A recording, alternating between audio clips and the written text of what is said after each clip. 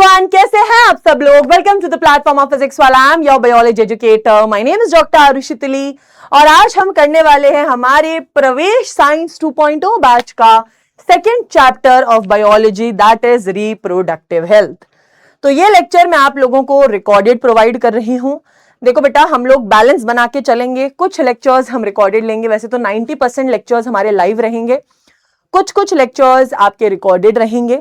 ये चैप्टर बहुत ही छोटा है, ठीक है, बहुत ही इजी है और इस वजह से ये वाला जो लेक्चर है मैं आप लोगों को रिकॉर्डेड प्रोवाइड कर रही हूं, ताकि एटलीस्ट जब संडे है, ठीक है, हमारा 12 अप्रैल को वी हैव अ संडे, तो संडे को एटलीस्ट आप लोग बैठ के ह्यूमन रिप्रोडक्शन और रिप्रोडक्टिव हेल्थ को मिलाकर रिविजन करके सीयूईटी के पीवाईक्यूज लगा लो।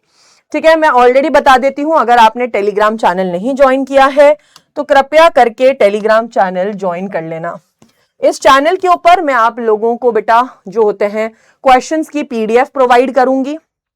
ठीक है, चलिए शुरुआत करते हैं आज के लेक्चर की, दैट इज रिप्रोडक्टिव हेल्थ। ठीक है, very easy chapter, easy to go. सबसे पहले पढ़ेंगे हम हेल्थ क्या होता है। हम बचपन से सुनते आ रहे हैं मैम, हेल्थ मतलब होता है जब किसी की सेहत अच्छी होती है। तो सेहत बेटा सिर्फ दिखने में ही नहीं, ठीक है, आपको इमोशनली, मेंटली, फिजिकली हर तरीके से फिट होना हेल्थ होता है। तो it is a state of physical, emotional, social, behavioural wellbeing. ठीक है, रिप्रोडक्टिव हेल्थ क्या होता है? When a person is reproductively healthy, जब आपके रिप्रोडक्टिव ऑर्गन्स हेल्दी हैं, आपकी बॉडी सही से काम कर रही है, that is called as reproductive health. वैसे ये दोनों चीजें काफी सिमिलर हैं, बस आपकी ओवरऑल सेहत अच्छी होनी चाहिए। ठीक है, फिर हम बात करते हैं यार कि दिक्कत क्या आ रही है, हमें ये चैप्टर पढ़ना ही क्यों पड़ रहा है? क्योंकि यार हमारी पॉपुलेशन तुम्हें पता है कितनी ज्यादा बढ़ती जा रही है। ठीक है, दर बदर हर दिन पॉपुलेशन इंडिया में बूम होती जा रही है, 1 2 3 इंक्रीजिंग ही होती जा रही है, जिसकी वजह से क्या हो रहा है, लैक ऑफ अवेयरनेस है लोगों में। ठीक है, बहुत सारे बच्चे कर देते हैं, पैसे होते नहीं है सारे बच्चों को पढ़ाने के, बीमारियां हो जाती हैं, उन बीमारियों को ठीक कराने का पैसा नहीं होता है, एसटीडीज हो जाती हैं, पॉवर्टी है, नौकरियां नहीं है, अनएम्प्लॉयमेंट है। देखो भाई, अगर तुम्हारे पास एक बस में सिर्फ 10 सीट है पर 40 लोग बैठने आ जाएंगे तो तुम कैसे ही अरेंजमेंट करोगे, है ना। अब जुगाड़ नाम की चीज तो चल ही रही है इंडिया में, वो चल रहा है बस, बट जितनी ज्यादा पॉपुलेशन उतनी ज्यादा प्रॉब्लम्स हम फेस कर रहे हैं। तो इसके लिए हमारी इंडियन गवर्नमेंट ने क्या किया, इंडियन गवर्नमेंट ने सोचा यार कि ये तो प्रॉब्लम बढ़ती जा रही है, तो उन्होंने लॉन्च किया एक फैमिली प्लानिंग प्रोग्राम। ठीक है, फैमिली प्लानिंग प्रोग्राम उन्होंने 1951 के अंदर लॉन्च किया। तो इस प्रोग्राम को थोड़ा बेहतर नाम देके और ज्यादा बेहतर तरीके से उन्होंने रीलॉन्च किया और इसको नाम दिया reproductive and child health care programme. ठीक है, better reproductive and child health care programme. ठीक है, तो अब इसका एम क्या है? इसका एम है रिप्रोडक्टिव हेल्थ अवेयरनेस प्रोवाइड करना। ठीक है, अवेयरनेस कैसे फैलाते हैं? अब जैसे जब भी तुम कोई मॉइस्चराइजर खरीदते हो, जब भी कोई तुम शैम्पू खरीदते हो, हम टीवी में ऐड देखते हैं, क्लिनिक प्लस स्ट्रॉन्ग बाल बनाता है, हेड एंड शोल्डर डैंड्रफ हटाता है। ठीक है, हेड एंड शोल्डर का ऐड तो हमारे विराट कोहली और अनुष्का शर्मा करते थे, जिसकी वजह से हेड एंड शोल्डर की तो सेल्स में बूम आ गया। तो यार अब गवर्नमेंट को अगर किसी भी चीज की अवेयरनेस फैलानी है तो वो क्या करेंगे भाई? वो उसके पोस्टर्स लगवाएंगे, टीवी में ऐड चलवाएंगे, एफएम में ऐड चलवाएंगे, स्कूल्स में नॉलेज बंटवाएंगे।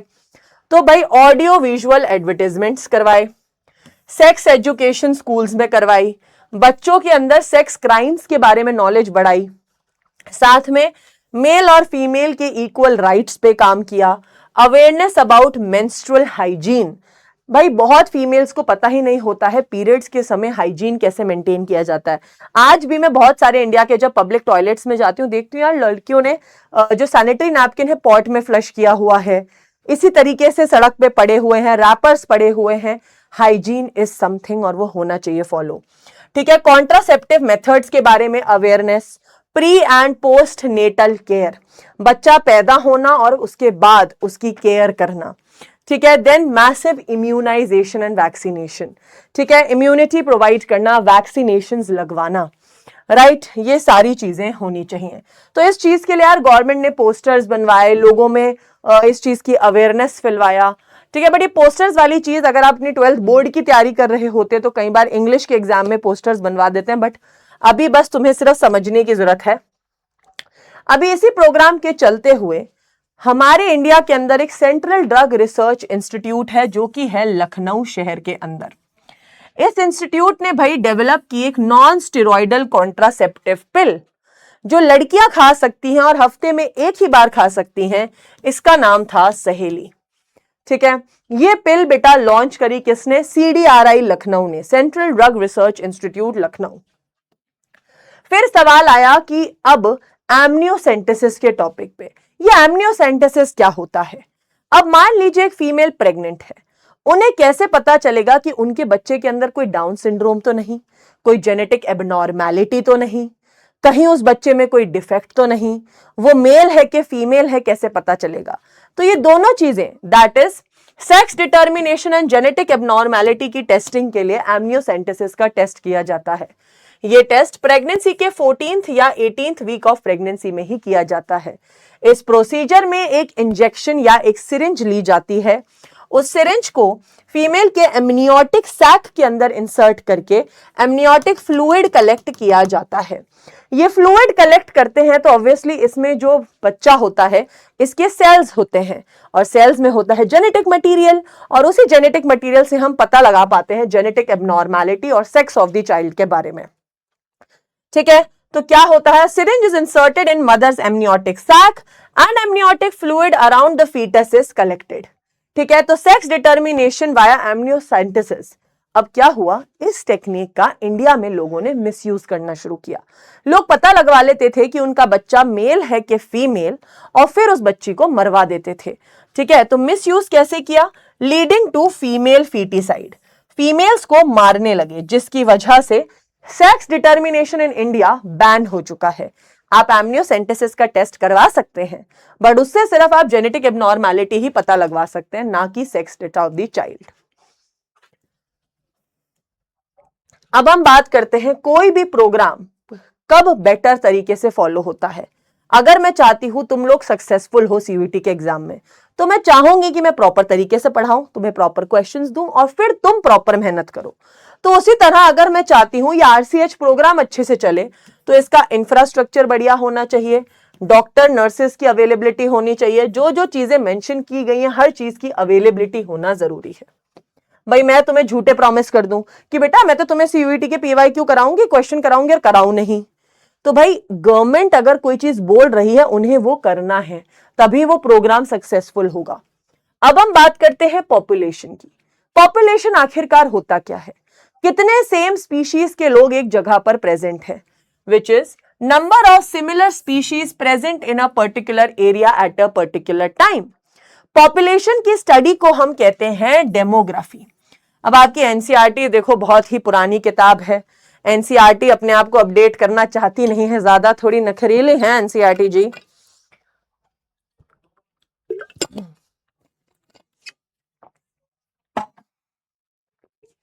तो कुछ ईयर्स का डेटा दे रखा है आपकी एनसीईआरटी में, 1900, 2000 और 2011 का। तो भाई 1900 में वर्ल्ड की पॉपुलेशन थी 2 बिलियन और इंडिया की थी 350 मिलियन। 2000 में एक बूम मारा इंडिया ने और हम पहुंचे 1 बिलियन और 6 बिलियन पॉपुलेशन थी वर्ल्ड की। 2011 में 7 बिलियन वर्ल्ड की एंड 1.2 बिलियन इंडिया की। मतलब भाई हर छठा बंदा दुनिया में इंडियन है। तो आप देख सकते हो ये करंट डेटा है, बट करंट डेटा के ऊपर यूजुअली आपकी जनरल नॉलेज में अगर कभी क्वेश्चन आ जाए तो आ जाए, वरना डेटा पे से इन तीनों में से ही क्वेश्चन पूछा जाता है ज्यादातर। तो अब बेटा पॉपुलेशन काउंट को हम कहते हैं सेंसस, जब हम पॉपुलेशन की गिनती करते हैं। अब आप सोचो, अगर मैं आपको कहूं बेटा इस आपके घर में कितने लोग रहते हैं, तो आप ऐसे गिनोगे मम्मी पापा दादा दादी। मैं तुमसे पूछूं पर कि बेटा इस समय पे कितने लोग हैं, तो तुम बोलोगे यार मम्मी और पापा तो जॉब पर गए हुए हैं, दादी दादा सो रहे हैं। तो मैंने बोला घर में अभी कितने लोग हैं, मम्मी पापा तो बाहर चले गए ना, उन्हें तुम नहीं गिनोगे। तो उसी तरह हम लोग गिनते हैं कितने लोगों ने जगह छोड़ दी, कितने लोग मर गए, कितने लोग पैदा हो गए। तो इसी चीज को हम कहते हैं मोर्टेलिटी रेट। मोर्टेलिटी रेट होता है कितने लोग मर गए 1000 लोगों में, number of death upon 1000 individuals per year. अगर ज्यादा लोग मरेंगे तो पॉपुलेशन तो घटेगी ही, सीधी बात है। नेटालिटी क्या होता है, कितने लोग पैदा हुए। अब ज्यादा लोग पैदा होंगे तो पॉपुलेशन बढ़ेगी। फिर होता है आपकी माइग्रेशन। भाई अगर एक जगह पे लोग रहने आ गए इमिग्रेशन से तो पॉपुलेशन बढ़ जाएगी, इस जगह से लोग छोड़ के चले गए तो पॉपुलेशन घट जाएगी। तो भाई माइग्रेशन भी अफेक्ट करता है पॉपुलेशन को। फिर होता है इन्फेंट मोर्टालिटी रेट, कितने छोटे बच्चे जो पैदा हुए जो मर गए, कितनी माएँ थी जो बच्चे को जन्म देते हुए मर गई, maternal mortality rate and infant mortality rate. अब आपके एनसीईआरटी ने एक छोटा सा डेटा दिया है। एनसीईआरटी ऐसा कहती है कि 2000 ईयर में अप्रॉक्स अराउंड 1% 17 इंडिविजुअल्स पैदा हो रहे थे हर 1000 इंडिविजुअल पर, मतलब हर 1000 लोगों में 17 लोगों की पॉपुलेशन बढ़ रही थी। पर यह चीज बढ़ गई, 20 लोग हो गए 1000 पर 2011 में। पहले हर 1000 लोगों पे 17 लोग ही बढ़ रहे थे, 2011 में हर 1000 लोगों पे 20 लोग बढ़ने लग गए। ठीक है, तो अब गवर्नमेंट ने क्या किया इस चीज के लिए? तो what are the measures taken by the government to check population growth? Government ने यार सोचा कि हम लोगों में अवेयरनेस फैलाते हैं। इन्होंने बोला कि यार जो भी लोग स्मॉल फैमिलीज रखेंगे उनको मोटिवेट करो कि छोटा परिवार सुखी परिवार। ठीक है, हम दो हमारे दो, है ना। अर्बन कपल्स को बोला एक ही बच्चा पैदा करो। फिर भाई इन्होंने बताया कि शादी की एक उम्र फिक्स कर दो कि फीमेल 18 साल के बाद ही शादी कर सकती है, मेल 21 के बाद ही।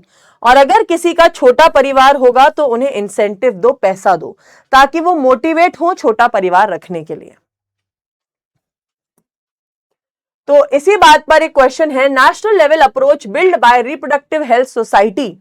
भाई हमारी कंट्री में फैमिली प्लानिंग प्रोग्राम 1951 के अंदर लॉन्च किया गया था। फिर आते हैं बर्थ कंट्रोल मेथड्स। अब सीधी बात है, हम पॉपुलेशन को कंट्रोल करना चाहते हैं। हम चाहते हैं भाई पॉपुलेशन जैसे तैसे कम हो जाए, तो उसके लिए हम कॉन्ट्रासेप्टिव मेथड्स का यूज करवाते हैं। अब कॉन्ट्रासेप्टिव मेथड्स क्या होते हैं? प्रेगनेंसी को कंट्रोल कराने वाले methods. That is contraceptive method is a method to avoid unwanted pregnancy. पर सबसे बड़ा सवाल, कोई भी कॉन्ट्रासेप्टिव के क्या फीचर होने चाहिए? Features of an ideal contraceptive, इनको मैं याद रखती हूं एक ट्रिक से जिसका नाम है feels. F for user friendly, easily available, effective, least side effect and no interference with sexual desire. अगर कोई भी कॉन्ट्रासेप्टिव हर कोई यूज कर सके, इजीली अवेलेबल हो, सस्ता हो, है ना, किसी की सेक्सुअल डिजायर में इंटरफेयर ना करे, तो वो एक बेहतर कॉन्ट्रासेप्टिव बन पाएगा। तो आइए हम देखते हैं हमारे जो बर्थ कंट्रोल कॉन्ट्रासेप्टिव्स हैं, they are divided into temporary methods and permanent methods. Temporary वो होते हैं जो रिवर्सिबल होते हैं, परमानेंट होते हैं जो इरिवर्सिबल होते हैं। तो हम बात करते हैं टेम्पररी मेथड में आता है natural method, barrier method, intrauterine devices, oral pills, implants and injectables. ये सारे वो मेथड्स हैं जिनसे भाई टेम्परली प्रेगनेंसी को रोका जा सकता है। परमानेंट मेथड तो होता है भाई सीधा सर्जरी करवा लो, सर्जिकल मेथड्स। तो सबसे पहले पढ़ेंगे हम टेम्पररी मेथड में नेचुरल मेथड। कोई भी चीज नेचुरल कब होती है? हम लोग कहते हैं मैम ये तो किसी की नेचुरल ब्यूटी है, तो बिना मेकअप करे ही सुंदर लगते हैं। अरे भाई मैं ऐसे ऐसे ना गिरने वाली थी अभी, ठीक है, अभी पढ़ लो यार भाई, मैं गिर गुराना चाहती है अभी। तो नेचुरल मेथड क्या होता है कि कोई नेचुरली कितना, नेचुरल मतलब जब आप कोई भी आर्टिफिशियल चीज का यूज नहीं कर रहे हो। तो यहां पे भी नेचुरल मेथड का मतलब है कि कोई भी आप किसी भी डिवाइस का इस्तेमाल नहीं कर रहे हो। बेसिकली हम स्पर्म और अंडे के मिलन को रोक रहे हैं नेचुरली। इसके 3 मेथड्स होते हैं, periodic abstinence, coitus interruptus and lactation amenorrhea. एक एक करके इनको पढ़ते हैं। सबसे पहला आता है पीरियोडिक एब्सिटेंस। पीरियोडिक एब्सिटेंस मेथड का मतलब होता है एक फीमेल के प्रेग्नेंट होने के सबसे ज्यादा हाई चांसेस होते हैं उसके ओव्यूलेशन के दिन पे। जिस दिन बेटा फीमेल ओव्यूलेशन करती है उस दिन उसके प्रेग्नेंट होने के चांसेस सबसे ज्यादा हाई होते हैं। ठीक है, अब अगर मैं बात करूं ओव्यूलेशन से कुछ दिन पहले और कुछ दिन बाद, ये होता है रिस्क पीरियड। रिस्क पीरियड मतलब अगर इस पीरियड में एक फीमेल ने सेक्सुअल इंटरकोर्स किया तो वो प्रेग्नेंट हो ही जाएंगी। तो ऐसा किया जाए, इस समय पे सेक्सुअल इंटरकोर्स मत करो, इस समय पे सेफ पीरियड में रहो। तो क्या होगा, avoid sexual intercourse during ovulation and risk period. अब इसको कैलकुलेट कैसे करें, तो ओव्यूलेशन डे को कैलकुलेट करने का तरीका होता है मेंस्ट्रुअल साइकिल -14। ये मैंने आपको ह्यूमन रिप्रोडक्शन चैप्टर के अंदर भी समझाया था, ठीक है। तो हम इसको लिख सकते हैं, फॉर एग्जाम्पल अगर एक फीमेल है, उनका 32 डेज की मेंस्ट्रुअल साइकिल है, तो उनका ओव्यूलेशन डे क्या होगा, 32 - 14 18th। रिस्क पीरियड क्या होगा, कुछ दिन पहले और कुछ दिन बाद। फिर आता है विड्रॉल मेथड। विड्रॉल मेथड है जब फीमेल जो है उनके स्पर्म्स रिलीज होने वाले हैं, बट वो उससे पहले ही अपने पेनिस को विड्रॉ कर ले फीमेल रिप्रोडक्टिव ट्रैक्ट से। मेल पुल्स आउट और withdraws penis from the female reproductive tract before ejaculation of semen. Semen के डिस्चार्ज से पहले ही मेल अपने पेनिस को पुल आउट कर ले। This is called as withdrawal method, ठीक है। कॉइटस इंटरप्टस, ये मेथड्स काफी रिस्की होते हैं, but these are called as natural methods. Lactation amenorrhoea क्या होता है, जब एक फीमेल ब्रेस्ट फीडिंग करती है, नॉर्मली एक फीमेल एक बच्चे को दूध पिलाती है 6 महीने तक, तो कहा जाता है वो जो 6 महीने का समय है, उस टाइम फीमेल के प्रेग्नेंट होने के चांस सबसे कम है। तो sexual intercourse is safe during breast feeding period. हालांकि आपकी एनसीईआरटी 6 महीने कहती है, but normally it is 2 to 3 months only. अब आते हैं बैरियर मेथड्स। नेचुरल मेथड के बाद क्या आएगा, बैरियर। बैरियर मतलब क्या है, आप स्पर्म के और अंडे के बीच में एक बैरियर बना रहे हो। अब वो बैरियर कैसे बनेगा, 2 टाइप के होते हैं, physical barrier and chemical barrier. सबसे बेस्ट बात है बैरियर मेथड की कि इसे जो यूजर है वो खुद यूज कर सकता है। इस मेथड को यूज करने के लिए कोई डॉक्टर या नर्स की जरूरत नहीं होती है।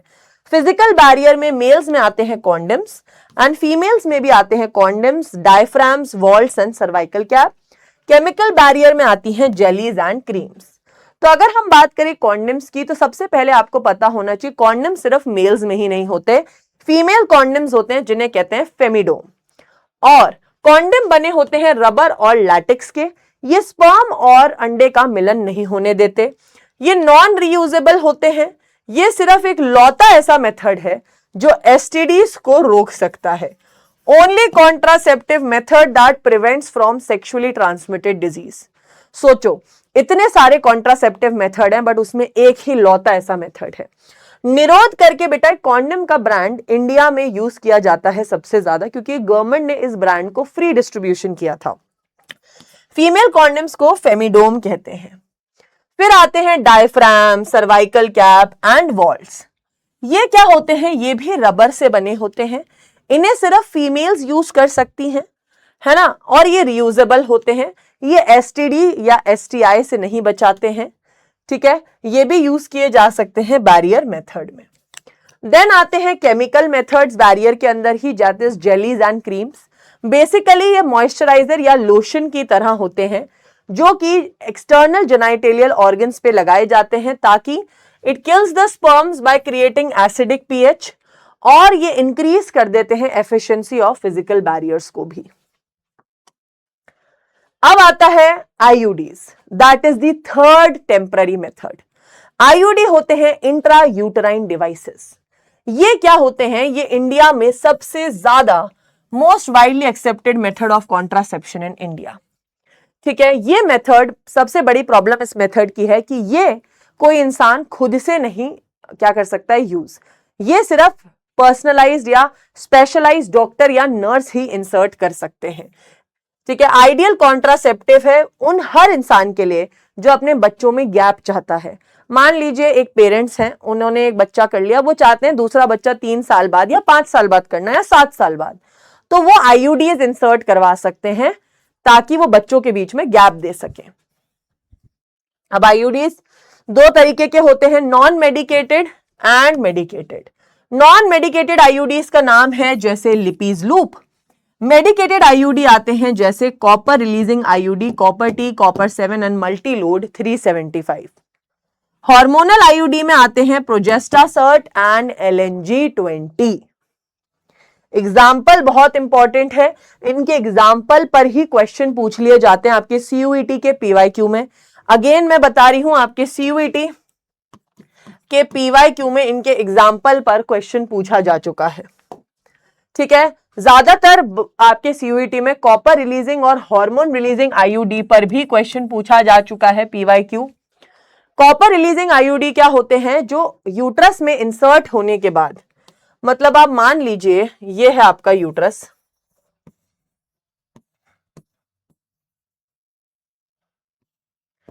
तो इन आईयूडीज को ऐसे यूट्रस में इंसर्ट कर दिया जाता है।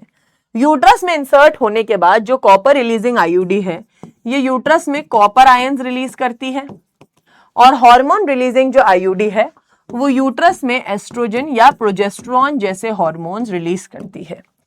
अब ये दोनों आईयूडी करती क्या है? सबसे पहले कॉपर रिलीजिंग आईयूडी सप्रेस करती है स्पर्म की मोटिलिटी को और उसकी फर्टिलाइजिंग कैपेसिटी को। Example important, hormone releasing IUD क्या करती है? यूट्रस को अनस्यूटेबल बना देती है इम्प्लांटेशन के लिए, और सर्विक्स को हॉस्टाइल, ताकि स्पर्म वहां पे जिंदा ही ना रह पाए। Again examples important. ये बेटा ये दो लाइन के ऊपर सीयूईटी में पीवाईक्यू पूछा जा चुका है। कौन सी आईयूडी है जो स्पर्म की मोटिलिटी को सप्रेस करती है और उसकी फर्टिलाइजिंग कैपेसिटी को? Copper releasing IUD.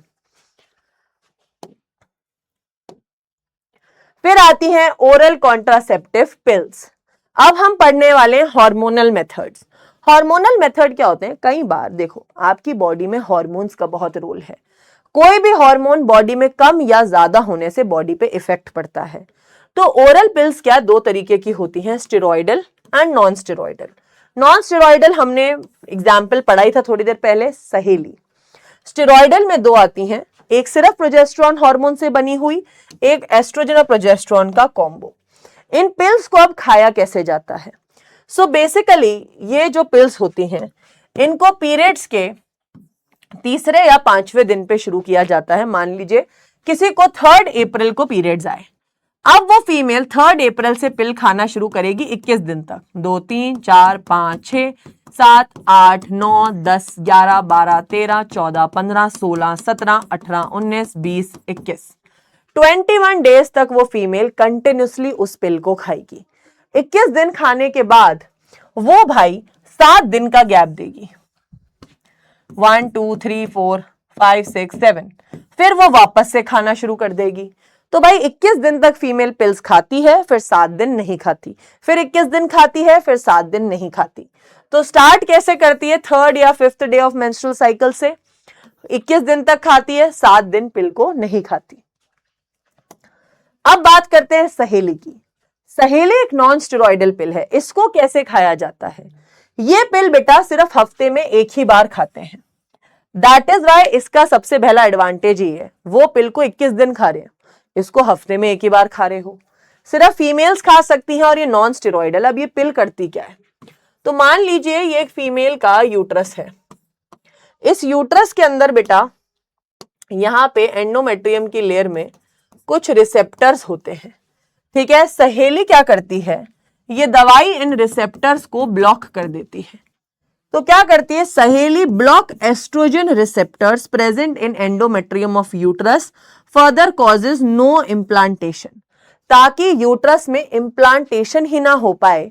ये यूट्रस के इन रिसेप्टर्स को बंद कर देती है। सहेली का काम ये होता है ताकि फीमेल प्रेग्नेंट ही ना हो पाए, क्योंकि इम्प्लांटेशन नहीं होगा तो गेस्टेशन नहीं होगा, एक फीमेल प्रेग्नेंट नहीं हो पाएगी, जो ही हमारा मेन मोटिव है। इम्प्लांट्स भी एकदम पिल जैसे ही होते हैं। इन्हें बस स्किन के अंदर इंसर्ट कर, मतलब आपकी स्किन में कट लगता है, इनको स्किन के अंदर इंसर्ट कर देते हैं। ये 5-6 साल तक इफेक्टिव रहते हैं। ठीक है, ये फैन शेप्ड के सिलिकॉन से बने होते हैं। सब डर्मली मतलब स्किन के अंदर इंसर्ट करते हैं, स्किन के अंदर हॉर्मोन्स रिलीज करती हैं, ओव्यूलेशन और इम्प्लांटेशन नहीं होने देती।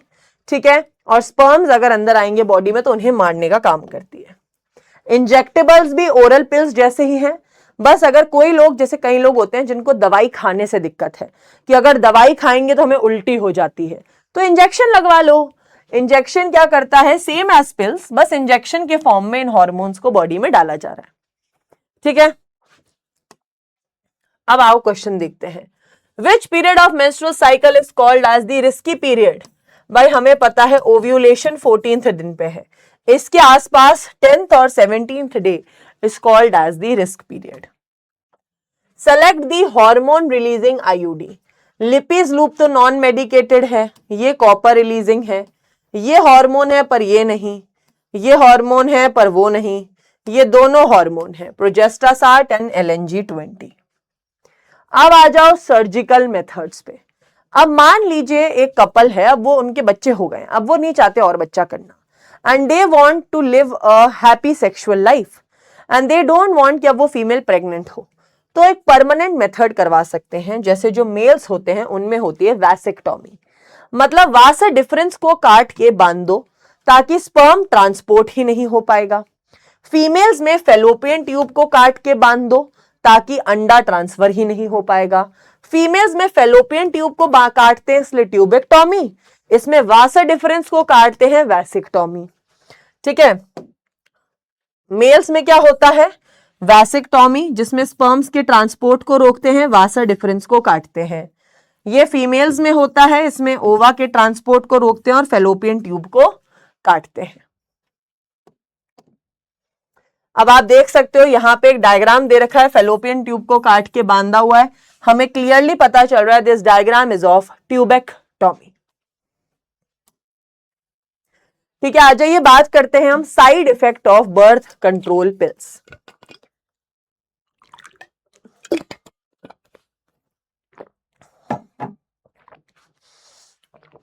तो जैसे कि हम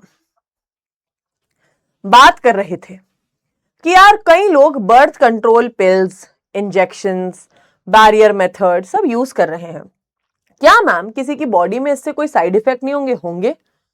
जैसे उल्टी जैसा लग सकता है, नौसिया, उल्टी आ सकती है, मूड स्विंग्स हो सकते हैं, पीरियड्स इररेगुलर हो सकते हैं, ब्लीडिंग बहुत ज्यादा हो सकती है और सीवियर केसेस में ब्रेस्ट कैंसर भी हो सकता है। अब आता है इमरजेंसी मेथड। मान लीजिए एक फीमेल है, वो प्रेग्नेंट हो गई पर वो प्रेग्नेंट होना नहीं चाहती थी। अब ऐसा कैसे हो सकता है मैम?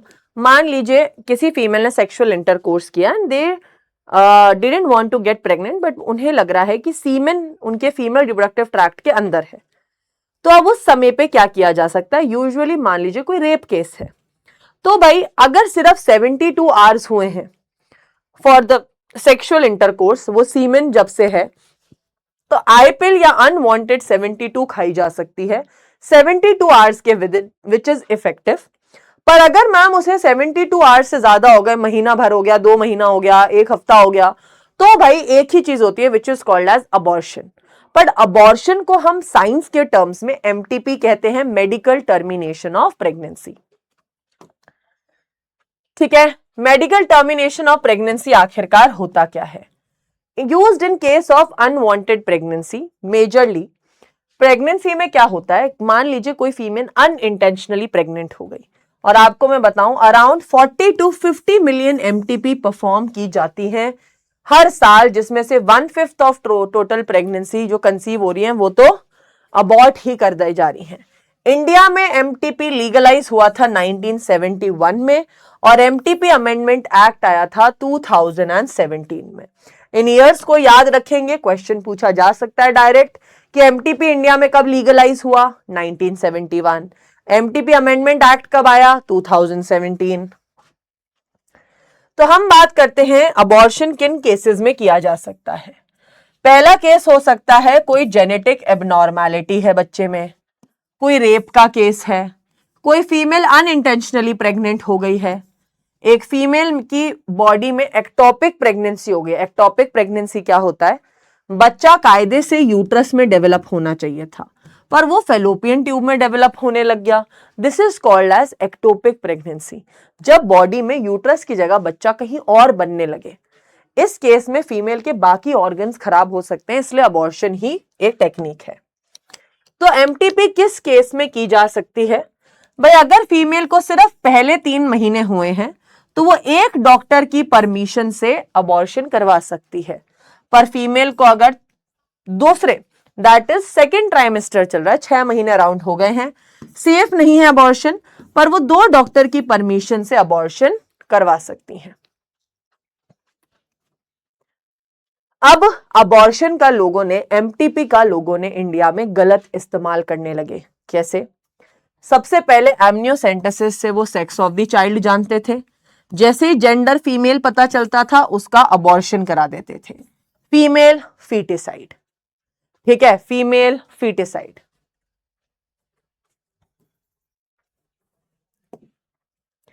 एमटीपी इंडिया में कब लीगलाइज हुआ?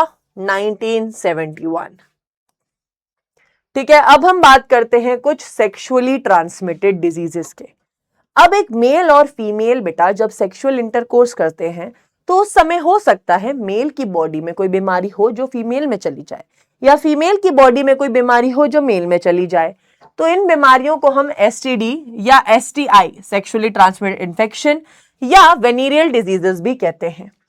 ज्यादातर ये जो देखी गई हैं ये 15 से 24 साल की उम्र के लोगों में ज्यादा देखी गई हैं।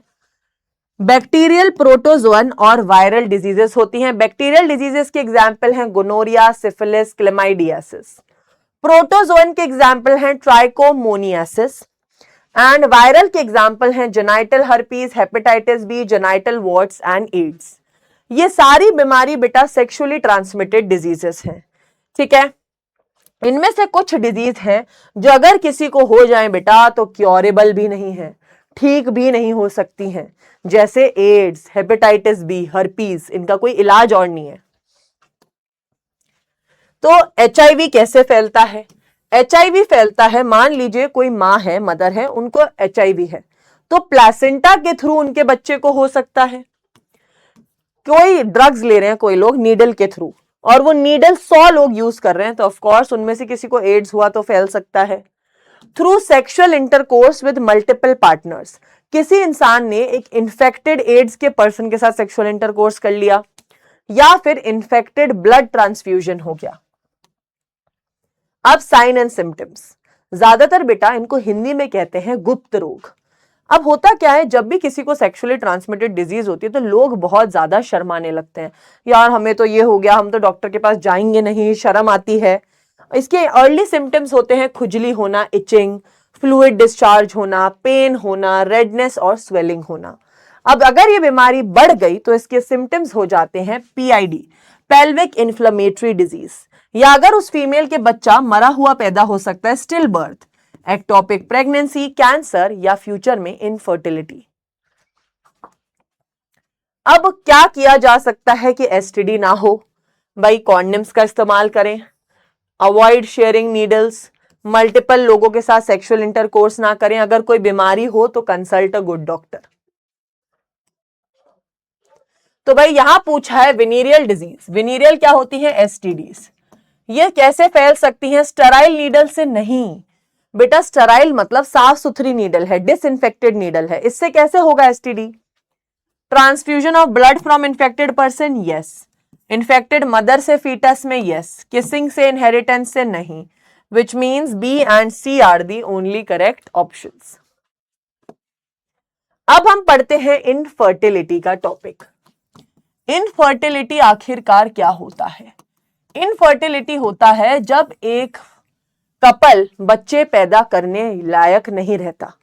मतलब अब मैम अगर मान लीजिए कोई कपल है, वो 2 साल से बच्चा करने की कोशिश कर रहे हैं बट वो फिर भी बच्चा नहीं कर पा रहे हैं, विच मीन्स कोई भी रीजन हो सकता है, कोई बीमारी की वजह से हो सकता है, फिजिकली कोई अबनॉर्मैलिटी, साइकोलॉजिकल कोई प्रॉब्लम हो, कॉन्जेनाइटल कोई जेनेटिकल बीमारी हो, इम्यूनिटी वीक हो, इनमें से किसी भी रीजन की वजह से इनफर्टिलिटी हो सकती है। हो सकता है मेल में इरेक्टाइल, पेनिस इरेक्ट ही ना होता हो, स्पर्म्स बहुत कम बन रहे हो तो मोटिलिटी नहीं है उनमें, फीमेल में अंडा ही नहीं बन पा रहा, फिम्बरी अंडे को पकड़ नहीं पा रहा, मल्टीपल रीजंस। बट मैम इनका इलाज क्या है? इनका इलाज है ART, असिस्टेड रिप्रोडक्टिव टेक्नोलॉजी। आप लोगों के शहर में आप जब भी कहीं निकलेंगे आपको ART hospitals, IVF hospitals, infertility hospitals नजर आएंगे। टेस्ट ट्यूब बेबी के बारे में तो आपने सुना ही होगा, that is also a part of ART।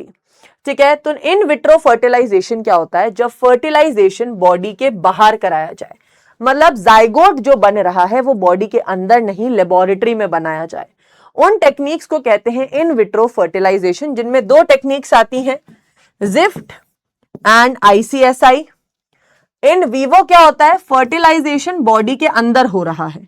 इसमें दो टेक्निक्स आती हैं, गिफ्ट एंड एआई। एआई मतलब आर्टिफिशियल इंटेलिजेंस नहीं, आर्टिफिशियल इंसेमिनेशन।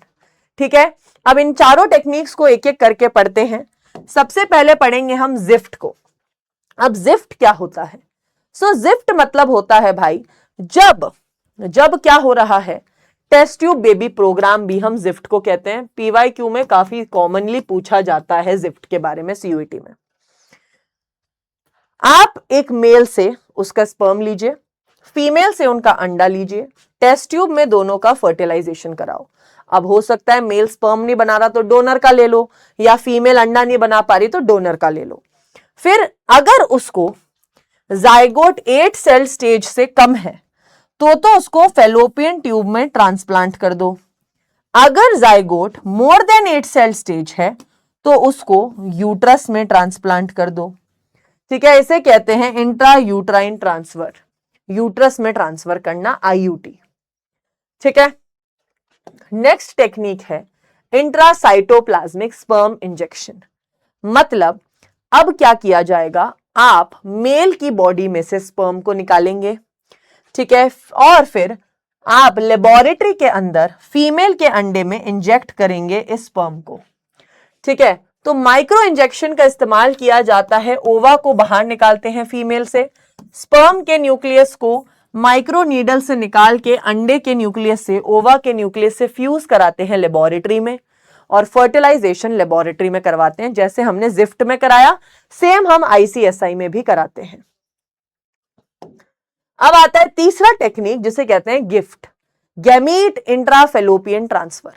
अब यह टेक्निक उन फीमेल्स में की जाती है जो फीमेल्स खुद से अंडा नहीं बना पा रही, तो पर वो यूट्रस में बच्चा पालने लायक है पर खुद से अंडा नहीं बना पा रही। For females who are not able to produce ovum but can provide suitable environment for foetus, तो बेटा ये एक डोनर फीमेल से अंडा लेंगे और इनकी बॉडी के अंदर इनके फेलोपियन ट्यूब में ट्रांसफर कर देंगे। क्योंकि ये फीमेल बस अंडा नहीं बना पा रही, बाकी इनका यूट्रस हेल्दी है, तो इस टेक्निक को कहते हैं गिफ्ट। लास्ट टेक्निक है आर्टिफिशियल इंसेमिनेशन। मान लीजिए मेल को इरेक्टाइल डिसफंक्शन है, उनका पेनिस इरेक्ट नहीं हो पाता या उनके स्पर्म काउंट बहुत लो है, तो इस टेक्निक में स्पर्म इमोबिलिटी इरेक्टाइल डिसफंक्शन में किया जाता है। हम मेल से स्पर्म लेके इंजेक्शन के थ्रू इंजेक्ट कर देते हैं into the female reproductive tract. ठीक है, मतलब आर्टिफिशियली इंसेमिनेट कर रहे हैं। इस टेक्निक को आईयूआई भी कहा जाता है, इंट्रा यूट्राइन इंसेमिनेशन। ठीक है, ये टेक्निक कब परफॉर्म की जाती है, जब मेल में कोई प्रॉब्लम है, उनके स्पर्म्स बहुत कम बन रहे हैं, मोटिलिटी नहीं है, इरेक्टाइल डिसफंक्शन है, तब ये टेक्निक परफॉर्म की जाती है। अब मान लीजिए कोई कपल में इन टेक्निक से भी वो बच्चा नहीं कर पा रहे, तो भाई आखिरी और बेस्ट टेक्निक है अडॉप्ट, और लीगल लॉस के जरिए परमिशन है कपल्स को कि वो बच्चा अडॉप्ट कर सकते हैं, ऑर्फन चिल्ड्रंस को अडॉप्ट किया जा सकता है। Emotionally, religiously, social factors are deterrents in the adoption of these methods. Normally लोग बच्चा अडॉप्ट इसलिए नहीं करते हैं, उन्हें लगता है यार ये कौन सी, इसकी जाति क्या है, इसका रिलीजन क्या है, ये बच्चा इमोशनली कैसा होगा, इसके माँ बाप कौन है, किस पे गया, इस चक्कर में लोग अडॉप्ट नहीं करते। बट ट्रस्ट मी, हर बच्चा यार इंसान ही होता है और उसको एक माँ बाप की जरूरत है, उसे तुम जैसे पालोगे वो वैसे बन जाएगा। ठीक है, तो आइए थोड़े से पीवाईक्यूज करते हैं। Let's do question practice. इस क्वेश्चन प्रैक्टिस में मैं पीवाईक्यू कराऊंगी सीयूईटी के इस चैप्टर से रिलेटेड। तो अब समय आ गया है, अगर तुम्हें ये चैप्टर अभी तक अच्छे से समझ आ गया है तो तुम लोग ये पीवाईक्यू सॉल्व कर लोगे। तो आओ अपनी नॉलेज टेस्ट करो। सबसे पहला, transfer of ovum collected from a donor into a fallopian tube is called as. भाई किसी फीमेल के अंडे को दूसरी फीमेल की फेलोपियन ट्यूब में डाला जा रहा है, मतलब ये तो गिफ्ट टेक्निक है, gamete intra fallopian transfer. I hope आप लोगों ने इसका आंसर सही दिया हो। सेकंड क्वेश्चन है मैच द कॉलम। मैं साइड हो जाती हूं ताकि तुम वीडियो पॉज करके एक बार क्वेश्चन खुद से सॉल्व करने की कोशिश करो, फिर मैं तो कर ही रही हूं। प्रोजेस्टासार्ट क्या है? एक हार्मोनल आईयूडी है। सहेली क्या है? वंस अ वीक पिल है। लिपीज लूप क्या है? Non medicated IUD. And periodic abstinence है एक नेचुरल मेथड। तो ए का होगा सेकेंड ऑप्शन, मतलब ये तो कैंसिल। बी का होगा फर्स्ट ऑप्शन, मतलब ये दोनों कैंसिल। सी का थर्ड एंड डी का four, which makes third option as the correct answer. Next question है, IUD that is recommended to suppress sperm motility and fertilizing capacity of sperm. मैंने आपको बताया था कि आईयूडीज पे से पीवाईक्यू आता है, और आप ये देख लीजिए, ये बेटा कॉपर रिलीजिंग आईयूडी की बात कर रहा है। ये कॉपर रिलीजिंग आईयूडी का फीचर है। एंड कॉपर रिलीजिंग आईयूडी का एग्जाम्पल इनमें से मल्टी लोड 375 है। ये दोनों हार्मोनल आईयूडी के एग्जाम्पल है, ये नॉन मेडिकेटेड का एग्जाम्पल है। So sorry. A couple is unable to produce a child क्योंकि मेल पार्टनर के स्पर्म्स बहुत लो है। अब इस कंडीशन में आप अगर डॉक्टर हो तो आप उन्हें कौन सी टेक्निक प्रेफर करोगे? हमें पता है जब स्पर्म मोटिलिटी कम हो, स्पर्म काउंट कम हो, इरेक्टाइल डिसफंक्शन हो, तो आर्टिफिशियल इंसेमिनेशन मेथड को यूज किया जाता है। Which of the following is a hormone releasing IUD? Copper T नहीं, कॉपर 7 नहीं, मल्टीलोड 375 नहीं, LNG 20। Progestasert and LNG 20 are example of, इतनी देर से हम पढ़ रहे हैं, these are example of hormone releasing IUD. मैंने आपको पीवाईक्यू लिखवाया है उस जगह पे, बोला था इनसे पीवाईक्यू पूछे जाएंगे।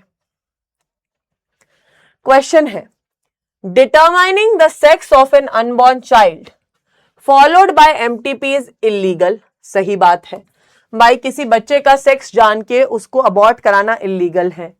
Amniocentesis is a practice to test the presence of genetic disorder also.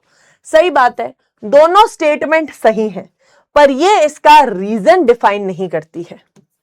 ठीक है, is not the correct explanation. Next, statutory ban लगा दिया गया है एमनियोसेंटेसिस पे सेक्स डिटर्मिनेशन के लिए to legally check increasing female foeticide, क्योंकि भाई फीमेल्स को भ्रूण हत्याकांड हो रहा है एमनियोसेंटेसिस की वजह से, इसलिए उसे बैन कर दिया गया सेक्स डिटर्मिनेशन को। Amniocentesis, some of the amniotic fluid that has developing fetus is taken to analyze the chromosome and fetal cell। भाई दोनों स्टेटमेंट सही है, दिस इज द रीजन जिसकी वजह से इसे बैन किया गया है। ठीक है, नेक्स्ट, पीरियोडिक एब्सिटेंस जो होता है उसमें for couple of family planning should be from, अगर कोई कपल बेटा बच्चे पैदा करना चाहता है तो कौन सा पीरियड है जिसमें सबसे ज्यादा चांस है बच्चे पैदा हो? क्योंकि बेटा 14th डे है ओव्यूलेशन का, तो अगर वो सेक्सुअल इंटरकोर्स करेंगे 10 से 17 के बीच में कभी भी, तो प्रेगनेंसी के चांस सबसे हाई हैं। अब इन्होंने पूछा है, बताओ a human male decides to adopt a surgical method. अब ये मेल का रिप्रोडक्टिव सिस्टम है, वो कह रहे हैं मेल चाहता है कि भाई वो सर्जिकल मेथड से अपना कॉन्ट्रासेप्शन करा ले, तो कौन से पार्ट को हम कट करेंगे? एस तो यूरिनरी ब्लैडर है, इसे तो नहीं काटेंगे। टी प्रोस्ट्रेट है, नहीं काटेंगे। क्यू वासा डिफरेंस है। पी यूरेथ्रा है। ठीक है, अब आप किस पॉइंट को कट करोगे? तो भाई आप कट करोगे किसको? That is point Q. Point Q क्या है? दैट इज वासा डिफरेंस को। नेक्स्ट क्वेश्चन है, tubectomy is a sterilisation procedure advised for females as a terminal method. Yes, tubectomy, a small part of the fallopian tube is removed and tied up, blocking the gamete transport, thereby preventing contraception. Yes, both the statements are correct and the correct explanation of each other. The laws of our country permit legal adoption and it is yet one of the best methods for childless couple. Yes, कोई भी इंसान को बच्चा नहीं हो रहा तो adoption best method है। Emotionally, religiously and social factors are no deterrents. Wrong. ये फैक्टर्स बेटा डिटरेंट्स होते हैं। ये लाइन ही गलत है, यहाँ नो नहीं लगा होना चाहिए था। Which means assertion is true, reason is false. Match the column, ये क्वेश्चन थोड़ा अलग तरीके से छप गया है बट कोई नहीं। मैच द कॉलम था गिफ्ट टेक्निक और इन सब के बारे में, बट ठीक है, अब ये दिख नहीं रहा तो हमें इन्हीं से काम चलाना पड़ेगा। Generally before the implantation of embryo women को प्रोजेस्टेरॉन दिया जाता है क्योंकि हम चाहते हैं उसका एंडोमेट्रियम बेटर हो जाए। ये ह्यूमन रिप्रोडक्शन का क्वेश्चन है जो अगेन मैंने इस चैप्टर में डाल दिया गलती से। The last question of this chapter, the technique that would be used to implant a embryo in the oviduct, fallopian tube में अगर मुझे किसी फीमेल के डालना है, women's are blocked by an obstruction.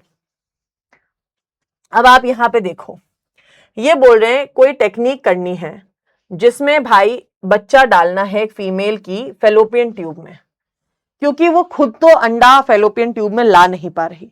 तो भाई इस टेक्निक में गिफ्ट टेक्निक का इस्तेमाल किया जाता है क्योंकि फीमेल खुद से नहीं कर पा रही है ना। ये क्या है, intra uterine transfer, implant embryo with more, अच्छा सॉरी, गिफ्ट टेक्निक नहीं, आप करोगे जिफ्ट, तो सॉरी, आप परफॉर्म करोगे जिफ्ट, टेस्ट ट्यूब बेबी, क्योंकि वो भाई खुद से तो उसकी फेलोपियन ट्यूब ही ब्लॉक्ड है, तो आप गिफ्ट टेक्निक परफॉर्म नहीं कर सकते।